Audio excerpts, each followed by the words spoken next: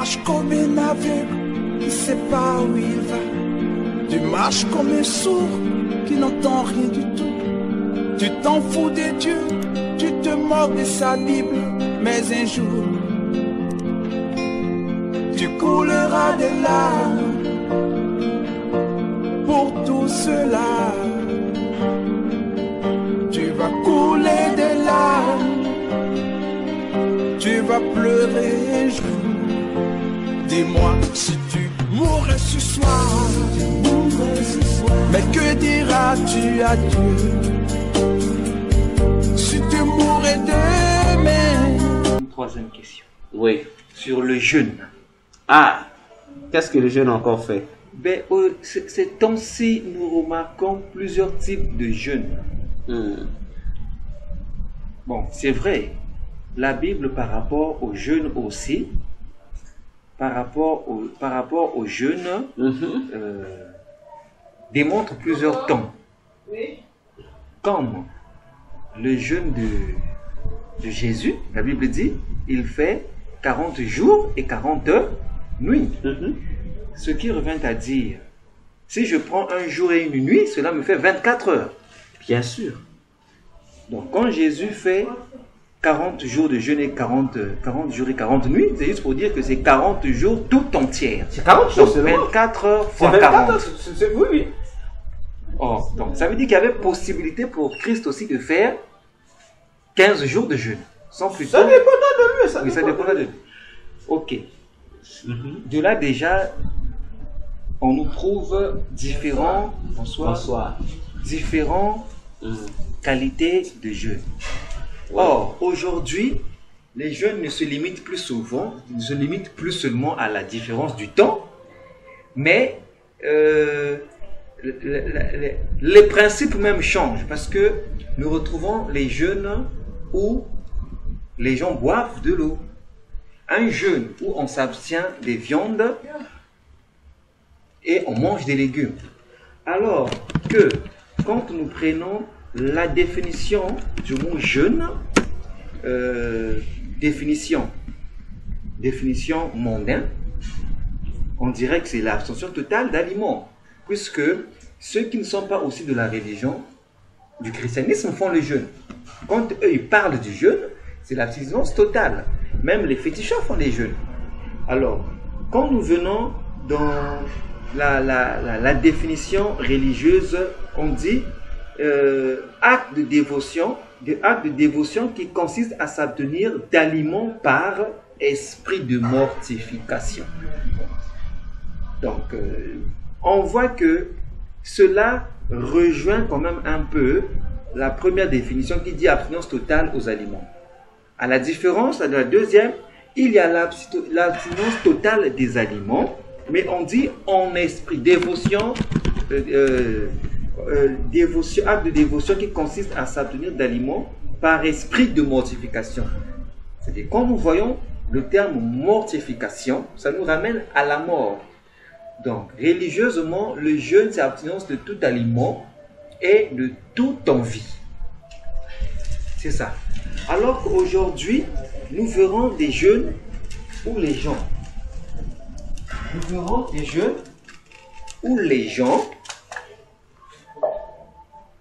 consomment soit de l'eau. Quelqu'un qui jeûne pour un jour, mais au milieu de la journée, qui prendra par exemple un verre d'eau. Nous verrons quelqu'un qui jeûne, qui s'abstient des viandes seulement, mais qui mange des légumes. Qui prend au moins un plat de légumes, peut-être en mi-journée. Est-ce cela est réellement un jeûne? Est-ce que toutes ces différences font partie de toutes les qualités de jeûne qu'il existe? Ou encore, c'est une mauvaise compréhension du mot jeûne? Ou comme on dit, une distorsion du jeûne, comme la Bible nous parle du jeûne. Parce que nulle part je ne vois dans la Bible quelqu'un qui a jeûné, qui prenait de l'eau ou encore qui mangeait des légumes. Le Christ a fait 40 jours sans manger. Moïse a fait 40 jours sur la montagne. Le peuple pensait même qu'il était mort parce que c'est pas évident de faire 40 jours sans manger. Ils sont arrivés même à se fabriquer un veau d'or pour ça parce qu'ils ne croyaient plus en un Moïse vivant. D'accord. Ce que je veux répondre, ce constat est un... Excuse-moi, Doc, j'ajoute. Oui. Il y a quelqu'un qui m'a même dit, Daniel a fait un jeûne où il consommait il mangeait des légumes. D'accord. En tout cas, j'étais pas informé, j'étais étonné. Mais Et t'inquiète. j'ai préféré ne pas. Je vais répondre à ça. Ça fait deux questions. Je réponds d'abord que le constat que tu as fait, c'est un constat qui devient un virus dans les églises. Pourquoi? Parce qu'aujourd'hui, comme moi, le docteur Véracité, j'ai toujours l'habitude de dire que s'il existe 100 églises sur la terre, il y a 90% des églises qui ne sont plus sur les chemins de Dieu, qui font les choses non conformément à Dieu ou à la parole de Dieu, mais conformément aux idéologies des hommes, conformément aux éthiques pastorales, conformément à la théologie. Voyez-vous? Et on trouve ça normal,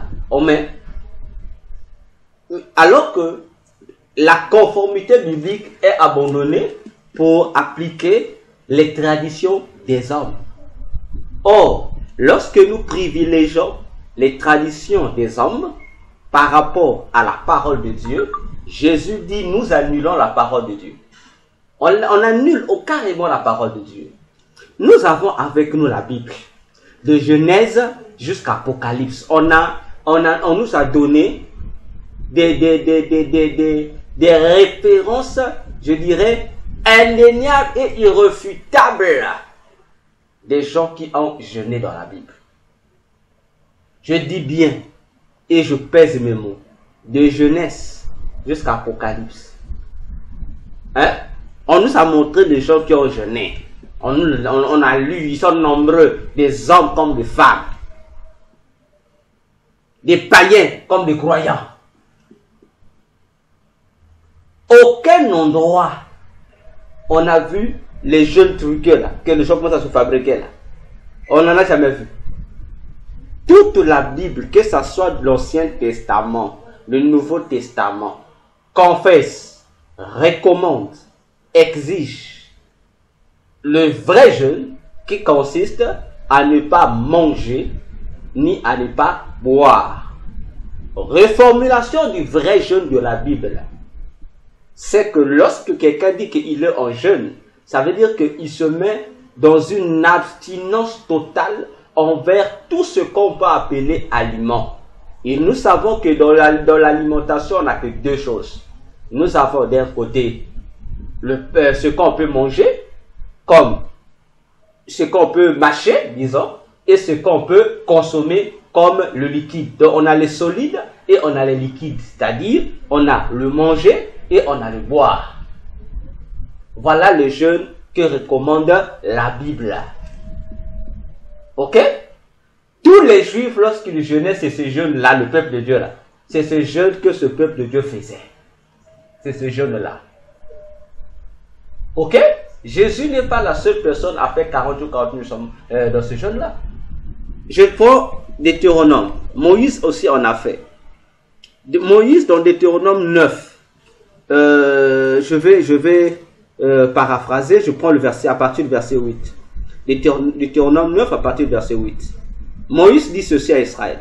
À Horeb, vous excitâtes la colère de l'Éternel, et l'Éternel s'irrita contre vous et eut la pensée de vous détruire. Ça nous ramène à l'épisode du veau d'or. Alors, Moïse explique, il continue, il dit: lorsque je fus monté sur la montagne pour prendre les tables de pierre, les tables de l'alliance que l'Éternel avait traitées avec vous, je demeurai sur la montagne 40 jours et 40 nuits, sans manger de pain, sans boire de l'eau. Ok? Ok? Je descends. Je prends le verset 18 de Deutéronome 9, verset 18. Le même Moïse continue. Il est sur la montagne, il dit: je me prosternais devant l'Éternel comme auparavant. 40 jours et 40 nuits, sans manger de pain et sans boire de l'eau. Donc Moïse l'a refait 2 fois. pendant qu'il est monté pour la première fois pour aller prendre les 10 commandements, il a fait 40 jours et 40 nuits dans le train de son manger. Lorsqu'il revient avec le tablette, il casse parce qu'il vient trouver que le peuple est dans l'idolâtrie, il adore le veau d'or. Il casse, mais Dieu lui dit, refais encore, remonte. Donc il remonte encore, il fait encore 40 jours et 40 nuits sans manger de pain. Pourquoi de pain? Parce que dans le désert, il mangeait que le pain et il buvait. Voilà pourquoi l'expression est plus répétée pour qualifier ce qu'on appelle l'aliment. Et vous verrez nulle part dans la Bible où quelqu'un dit être en jeûne et la personne se permet de boire un peu de l'eau, ou la personne se permet de faire comme tu as dit, que je veux m'abstenir de manger de la viande. Ça, c'est pas le jeûne de la Bible. Ça, ce sont des jeûnes truqués. Ça n'a rien à voir avec le jeûne. Donc, c'est lui qui agit comme ça. Il doit comprendre qu'il s'est mis dans une discipline spirituelle, mais qui n'est pas le jeûne. Parce que jeûner, c'est être dans l'abstinence totale de aliments.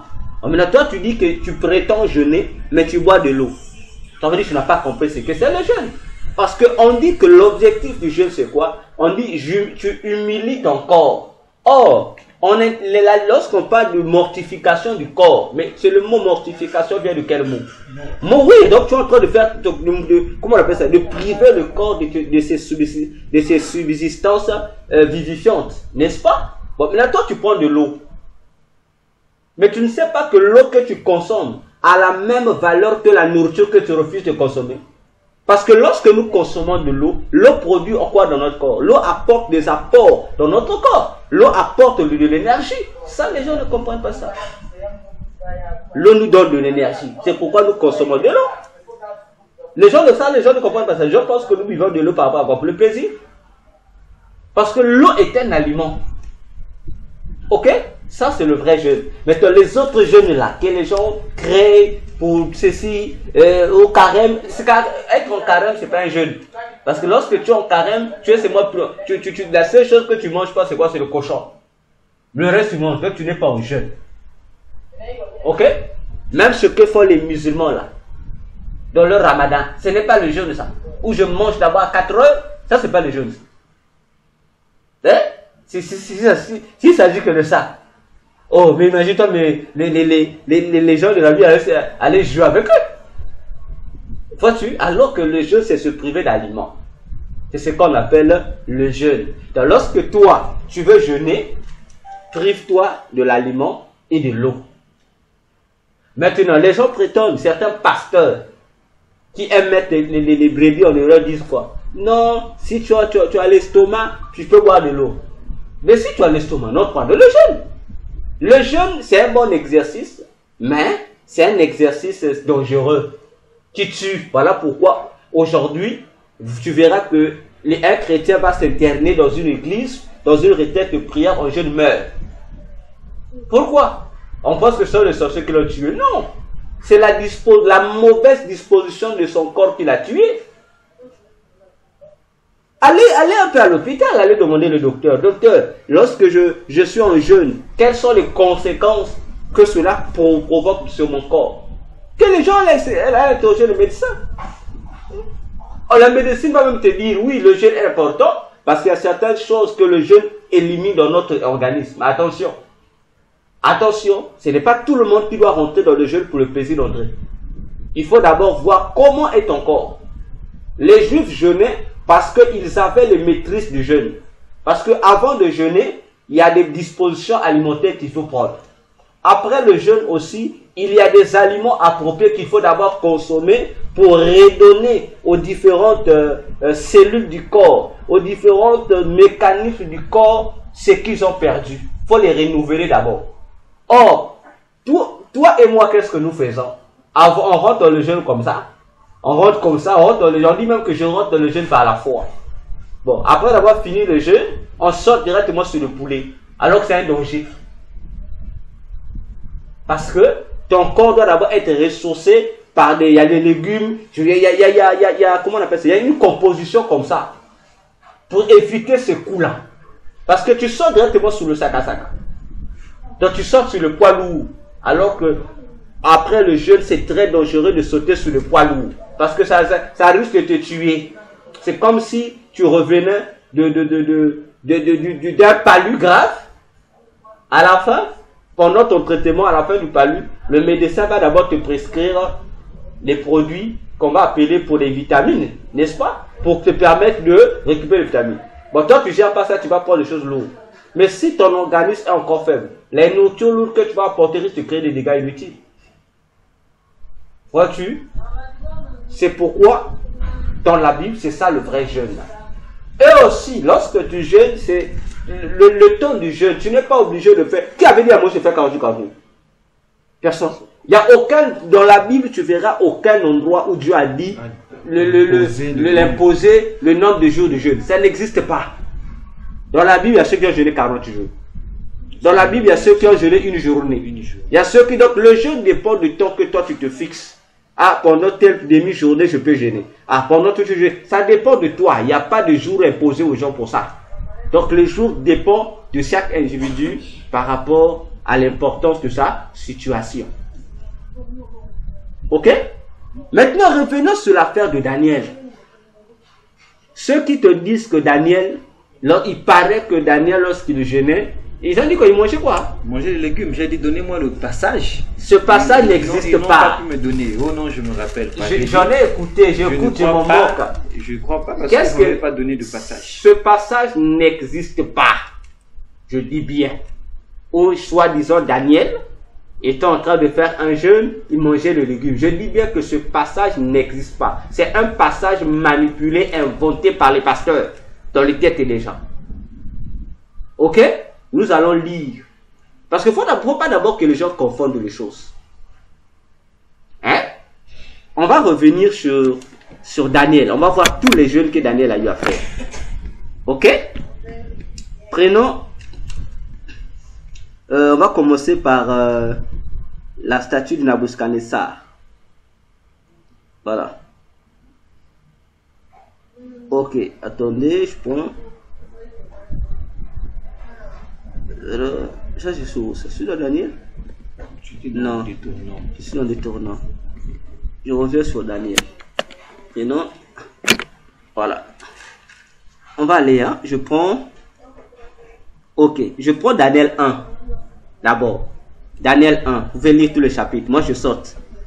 Je prends Daniel 1. Voilà, je prends à partir du verset 3. Le roi donna l'ordre à Ashpenaz, chef de ses eunuques, d'amener quelques-uns des enfants d'Israël de race royale ou de famille noble. Des jeunes garçons sans défaut corporel, beaux de figure, doués de sagesse, d'intelligence, d'instruction, capables de servir dans le palais du roi et à qui l'on enseignait les lettres et la langue des Chaldéens. Le roi assigna pour chaque jour une portion des mets de sa table et du vin dont il buvait, voulant les élever pendant 3 années, au bout desquelles ils seraient au service du roi. Tu comprends? Les jeunes qu'on devait choisir devaient être nourris au même rythme que le roi. Tu comprends? Donc ce que le roi mangeait, ce que le roi buvait, les rois les élevaient comme ça. Parce qu'ils devaient servir au compte du roi. La Bible continue. Il y avait parmi eux, d'entre les enfants de Juda, Daniel, Anania, Michaël et Azaria. Le chef des eunuques leur donna des noms. À Daniel, celui de Betsatar, à Ania, celui de... je prends le verset 8. Daniel résolut de ne pas s'essuyer par les mets du roi et par le vin dont le roi buvait. Et il pria le chef des eunuques de ne pas l'obliger à s'essuyer.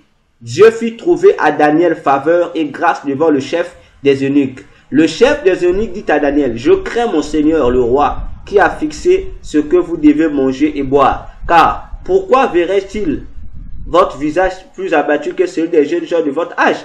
Vous exposerez ma tête auprès du roi. » Alors Daniel dit à l'intendant à qui le chef des eunuques avait remis la surveillance de Daniel, de Anania, de Michaël et d'Azaria, « Éprouve tes serviteurs pendant 10 jours, et qu'on nous donne des légumes à manger et de l'eau à boire. Tu regarderas ensuite notre visage et celui des jeunes gens qui mangent les mets du roi, et tu agiras avec tes serviteurs d'après ce que tu auras voulu. » Il leur accorda ce qu'ils demandaient et les éprouva pendant 10 jours. Ici déjà, est-ce que Daniel est en jeûne? Il a refusé de se souiller avec la nourriture du roi. Comme pour dire, nous n'allons pas manger les viandes, peut-être, je ne sais pas qu'est-ce que le roi mangeait. Mais le chef qui les sauvait dit non, vous allez maigrir et votre visage ne sera pas beau. Alors que le roi veut vous voir potelé, gras, bien portant. Ils ont dit, quel est l'aliment qu'eux ils ont demandé? Non, nous allons nous nourrir les légumes. C'était un roi qui n'était pas juif. Non, c'est le roi babylonien, les Nebouchadnezzar. Voilà, c'est le roi, oui, en captivité. Là, ils sont en captivité. C'est les Nebouchadnezzar qui est là. Tu t'imagines? Ils ont dit non, on ne va pas manger à monsieur le roi. Nous, ce qu'on veut, c'est que nous allons faire quoi? Nous allons seulement manger les légumes et l'eau. Ils n'étaient pas en jeûne. C'est pas qu'ils ils sont en jeûne. C'est faux. Il n'y a pas de jeûne ici. C'est leur alimentation quotidienne. Il n'y a pas de jeûne d'abord ici. Ça, c'est le premier. Ok? Je prends encore un deuxième jeûne. Où Daniel est rentré en jeûne. Voilà. Je prends Daniel 9. La première année de Darius, fils d'Azurius, de la race des Mèdes, lesquels étaient devenus rois du royaume des Chaldéens, la première année de son règne, moi Daniel, je vis par les livres qu'il devait s'écouler 70 ans pour les rues de Jérusalem, d'après le nombre des années dont l'Éternel avait parlé à Jérémie le prophète. Je tournais ma face vers le Seigneur Dieu afin de recourir à la prière et aux supplications en jeûnant et en prenant le sac et la cendre. Ok? Je priais l'Éternel mon Dieu. Je lui fis cette confession. Seigneur, redoutable. J'allais à parler,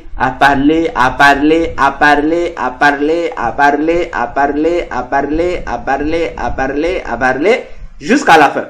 Je continue. Là, nous sommes là où il rentre en jeûne. Hein. Il rentre en jeûne comme le font les Juifs. Il est là, en cendre et autres. Il est en jeûne. En cendre et autres. Et c'est là que Gabriel vient pour lui répondre, parlant de la prophétie des 70 semaines. Qu'on dit de surnaturellement qu'on appelle les 70 semaines de Daniel. Ok? Je prends encore un autre moment de ça. Daniel 10.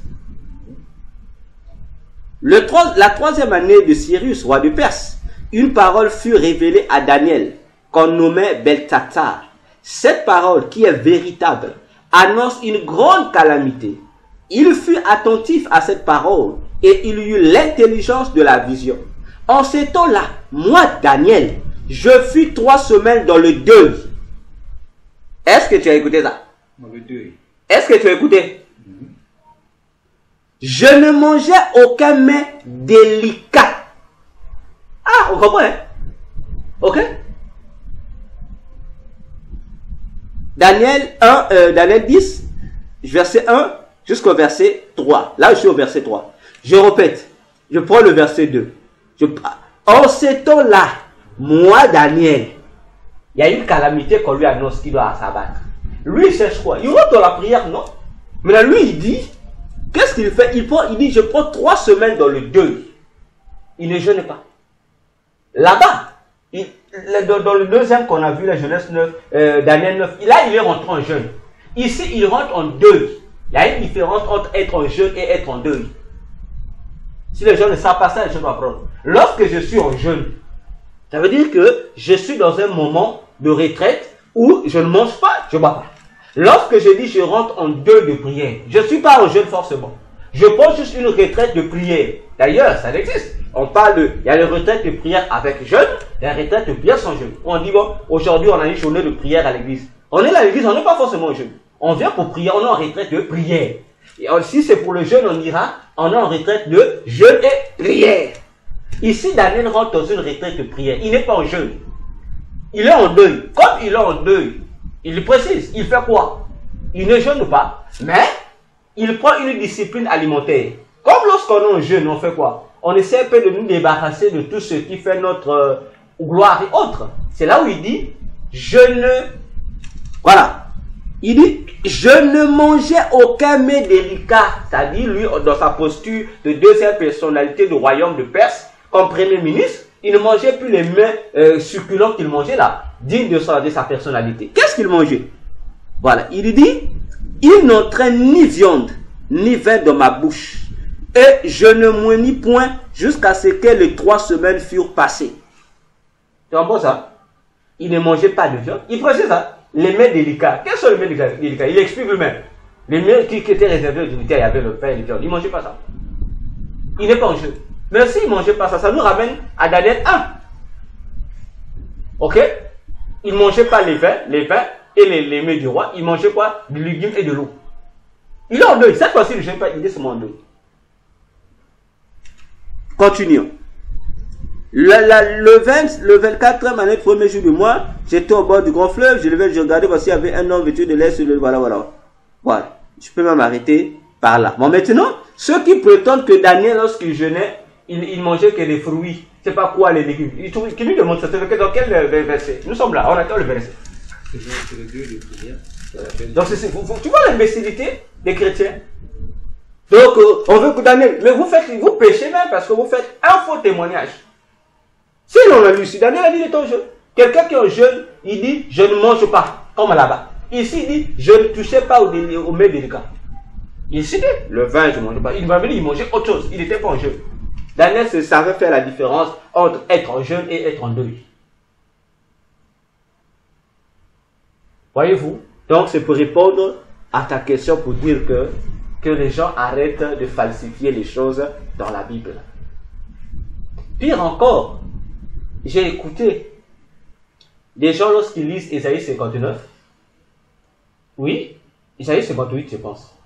Où on parle du jeûne. Lorsque Dieu dit, vous jeûnez, vous faites du mal. Non, lorsque Dieu faut partager, il faut être parfumé.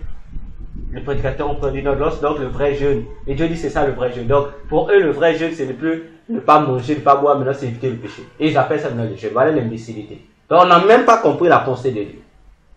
Dieu dit, toi tu es en jeûne. Ça veut dire que lorsque tu es en jeûne, ça veut dire que tu as pris un moment d'intimité pour chercher la face de Dieu, pour t'humilier. Mais lorsqu'on va s'humilier devant Dieu, mais tu ne peux pas, c'est pendant que tu cherches la faveur de Dieu, de l'autre côté tu es en train de faire de mauvaises choses. Non. L'humiliation, comme on fait, la supplication est toujours accompagnée de quoi? Des bonnes œuvres. Dieu dit, pendant que tu jeûnes, fais le bien aux gens. Il dit, c'est voilà le jeûne auquel tu prends plaisir. Maintenant, les gens disent, non, jeûner, c'est lorsqu'on fuit le péché, c'est aussi un jeûne. Voilà le bien. Tu vois comment les chrétiens veulent inventer les mots, hein? Ce jeûne-là, nulle part la Bible dit que lorsque tu es dans la sainteté, c'est un jeûne. Nulle part. Parce que les gens se disent que lorsqu'on jeûne, on se prive des aliments. Donc, si la sainteté, ça veut dire comme on se prive, donc ça veut dire que c'est un jeûne. C'est pas un jeûne. Arrêtez de confondre les choses. C'est pas un jeûne. Sinon, nous allons aussi dire, lorsque je prie aussi, c'est un jeûne. Parce que je me prie, je prive quelque chose. Lorsque je suis dans l'œuvre de Dieu, c'est aussi un jeûne. Non. Qu'on ne confonde pas les disciplines. Qu'on ne mélange pas les choses. Le jeûne, c'est s'abstenir des aliments et des aliments tout en étant dans la prière.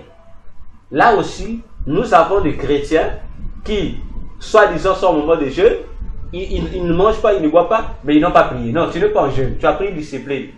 Parce que le jeûne, c'est pas seulement ne pas manger, boire. Non, c'est un temps de prière où on ne mange pas, où on ne boit pas. C'est un temps de prière. Maintenant, vous qui jeûnez, sans pourtant avoir ne fût-ce qu'un petit moment de prière la journée. Est-ce qu'un jeûne tu as fait? Tu as compris la grève de faim, on dirait. C'est une grève de faim, vous n'avez pas pour vous jeûner. Donc voilà. Et il est 40, et prière, les toxiques de